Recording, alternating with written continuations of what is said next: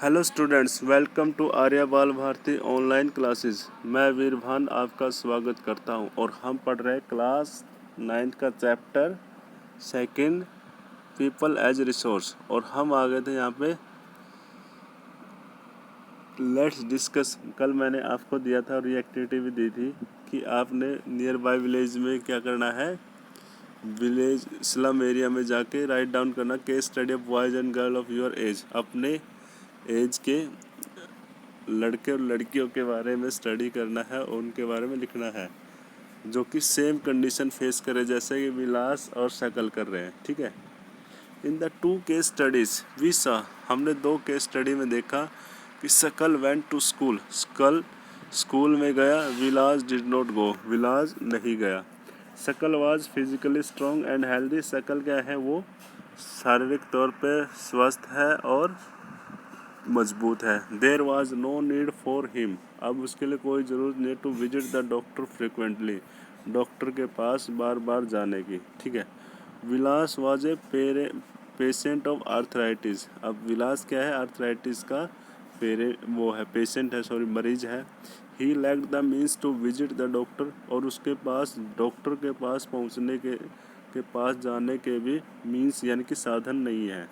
शकल acquired A degree in computer programming, शकल ने क्या किया, कंप्यूटर प्रोग्रामिंग में डिग्री ले ली। एंड शकल found a job in private firm, और शकल को क्या मिला है, एक प्राइवेट फर्म में जॉब मिला। While Vilas continue with the same work, वही विलास उसी काम में लगा हुआ एज हिज मदर, जैसे कि उसकी माँ, जिसमें उसकी माँ लगी हुई थी।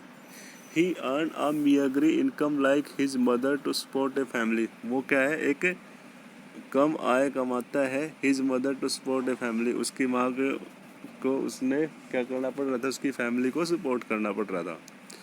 इन द केस ऑफ शकल, वहीं दूसरी ओर शकल के केस में several years of education added to the quality of labour, वहीं जो शकल के केस में क्या था, कई साल लगे एजुकेशन के, जिससे कि उसके लेबर में यानी कि उसके सर्व में क्या हुआ, क्वालिटी इम्प्रूव हुई यानी कि गुणवत्ता आई।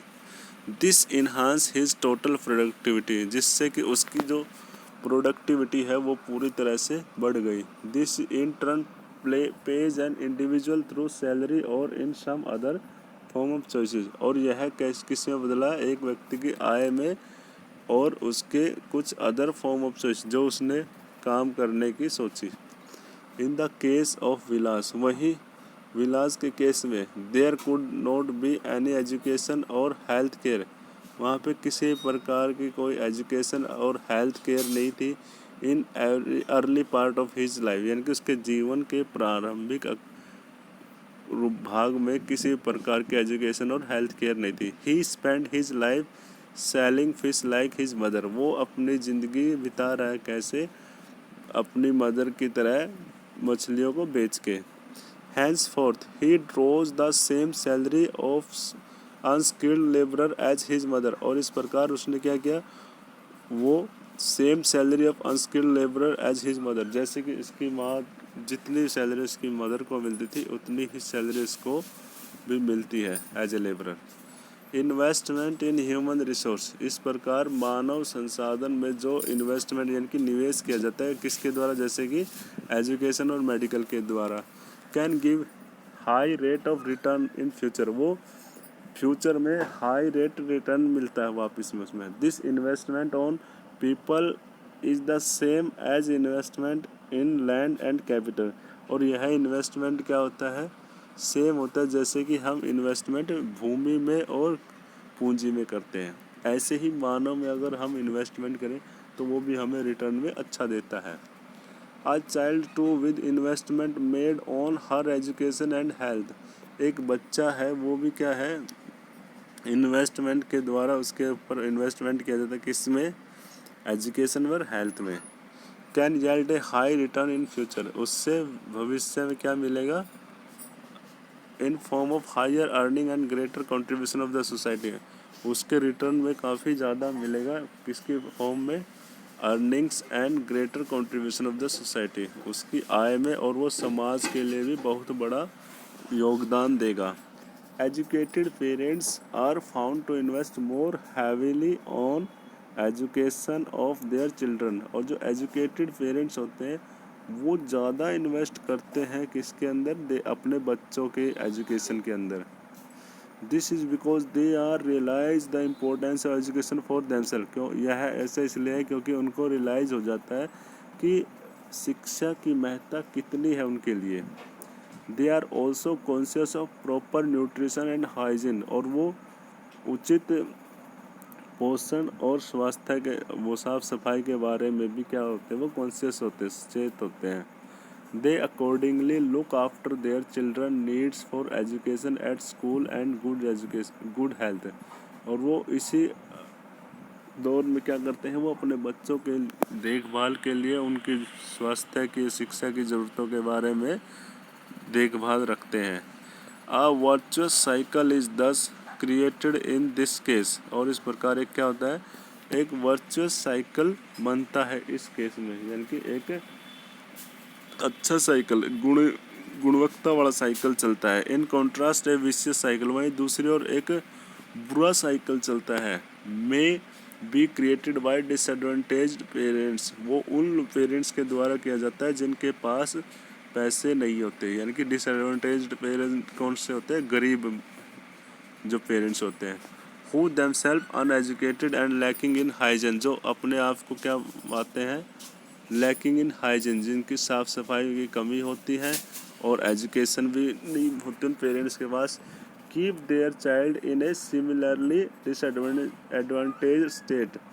जिससे कि वो क्या करते हैं, वही समान तौर पे वो अपने बच्चों को कहाँ लेके जाते हैं, डिसएडवांटेज स्टेज, वही वंचित वर्ग, वंचित स्थिति में लेके चले जाते हैं। ठीक है, यानी कि वो खुद भी पुअर होते हैं और अपने बच्चों को भी पुअर ही रखते हैं because of lack of investment. Countries like Japan, वहीं दूसरी ओर जापान जैसा देश है इन्वेस्टेड इन ह्यूमन रिसोर्स। वो मानव संसाधन में क्या करता है, निवेश करता है। They did not have any natural resource. उनके पास किसी प्रकार का प्राकृतिक संसाधन नहीं है। These countries are developed and rich. ये कंट्री क्या है, विकसित है और अमीर है। They import the natural resource needed in their country. वो नेचुरल रिसोर्सेज पे क्या करते हैं, इम्पोर्ट करते हैं जो कि उनकी आवश्यकता के लिए ज़रूरी होता है। How did they become rich and developed. लेकिन फिर भी वो रिच कैसे हुए, विकसित कैसे बने। They have invested in own people. क्योंकि उन्होंने लोगों के ऊपर क्या किया है, निवेश किया है। Specially in the field of education and health.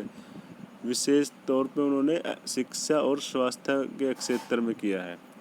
These people have made efficient use of other resources. और यही जो पढ़े लिखे लोग हैं जो अन्य संसाधन है उनका एफिशिएंट यानी कि सही उपयोग करते हैं। Like land and capital, land और कैपिटल जो नेचुरल रिसोर्सेज है उनका वो अच्छे से एफिशिएंट उपयोग करते हैं। Efficiency and the technology evolved by people have made this country rich and developing. यानी कि यहाँ पे देखो एफिशिएंसी, लोगों की कुशलता, और जो टेक्नोलॉजी है इवॉल्व बाय द पीपल, जो कि लोगों के द्वारा विकसित की गई है, have made this country rich और डेवलप्ड। और इन्होंने ही इन देशों को अमीर और विकसित बनाया। अगर आप जापान का, यूएसए का, यूके का, किसी भी रिच यूरोपियन कंट्री का आप वो एग्जाम्पल लोगे तो उनके विकास का सबसे बड़ा साधन यही है, एफिशिएंसी एंड टेक्नोलॉजी, जो कि किन के द्वारा बनाई गई है, लोगों के द्वारा। इसलिए तो कहा जाता है कि पढ़ाई में जितना भी ज़्यादा इन्वेस्ट करोगे उतना ही देश की तरक्की होगी। ठीक है, ठीक है, ओके स्टूडेंट्स। तो कल हम पढ़ेंगे economic activities by man and women. कल हम पढ़ेंगे मैन और वीमेन के द्वारा इकोनॉमिक एक्टिविटी क्या क्या की जाती है। आज हम लोग को यही पढ़ना है, जितना यहाँ तक किया है इसको अच्छे से पढ़ के आना। ठीक है स्टूडेंट्स, ओके, गुड बाय।